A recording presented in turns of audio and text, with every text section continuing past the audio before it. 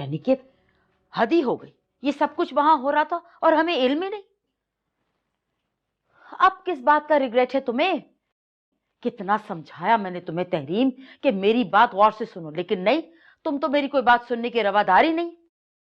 मुझे क्या पता था कि ये सब लोग मेरे साथ ऐसा करेंगे। क्या मैं तुम्हें समझाती नहीं थी कि इन पे इतना एतबार ना किया करो, इतना भरोसा ना किया करो? लेकिन नहीं, तुम तो इनके खिलाफ एक लफ्ज सुनने को तैयार नहीं थी। अरे तुम्हारे सामने वो लड़की तुम्हारे शौहर को ले उड़ी और तुम कुछ ना कर सकी।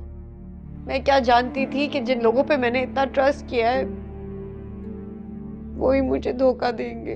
बस कर दो खुदा के वास्ते तहरीम, ये भरोसे करना बंद कर दो।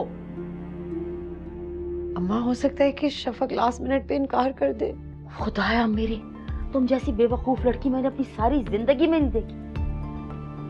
वो लड़की मर तो सकती है लेकिन कभी इनकार नहीं करेगी। और नूरजहां बेगम, उनको तो इतने अरसे बाद पहला मौका हाथ में आया, वो ये मौका हाथ से नहीं जाने देंगी। 9 लाख तुम्हारे पास है और ये शादी 9 लाख के बगैर नहीं हो सकती। मैं नूरजहां के अरमान का भी पूरे नहीं होने दूंगी।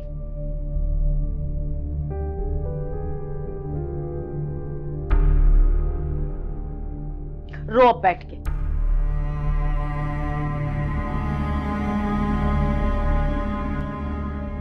रोहिल प्लीज काम डाउन, इतना स्ट्रेस मत ले। ऐसे कैसे ना लूं स्ट्रेस?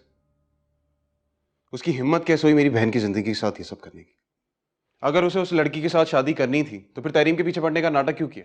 रोहिल, मैं मानती हूँ कि ज़ैन अली को ऐसा नहीं करना चाहिए था, लेकिन अभी वक्त है कि हम सुकून से बैठ के बात करें। गुस्से से तो और बात बिगड़ जाएगी ना। जितनी बात बिगड़नी थी बिगड़ चुकी है, अब कुछ बाकी नहीं रहा है। और ये ज़ैन से तो मैं खुद बात करूंगा। तहरीम कोई लवारिस है क्या? सबसे बड़ी गलती तो हमने की है, अपना बच्चा देकर। आपके कहने पे मैंने सिर्फ तहरीम की भलाई का सोचा और बच्चा कहाँ से आ गया बीच में?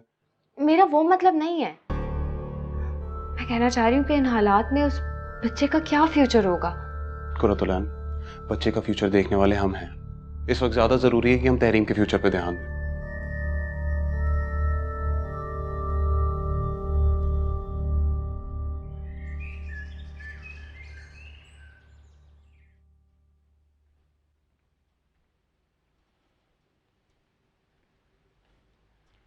अकबर अली, चाय मंगवाऊं तुम्हारे लिए?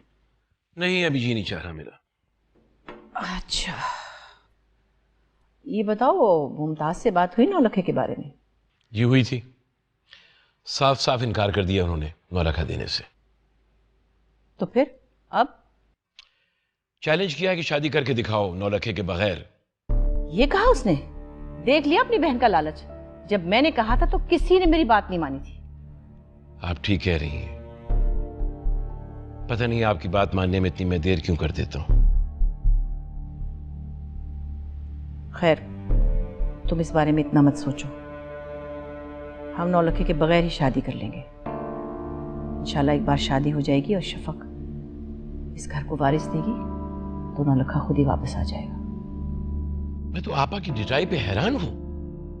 अपनी बेटी की जिंदगी से ज्यादा उन्हें 9 लाख की पड़ी है।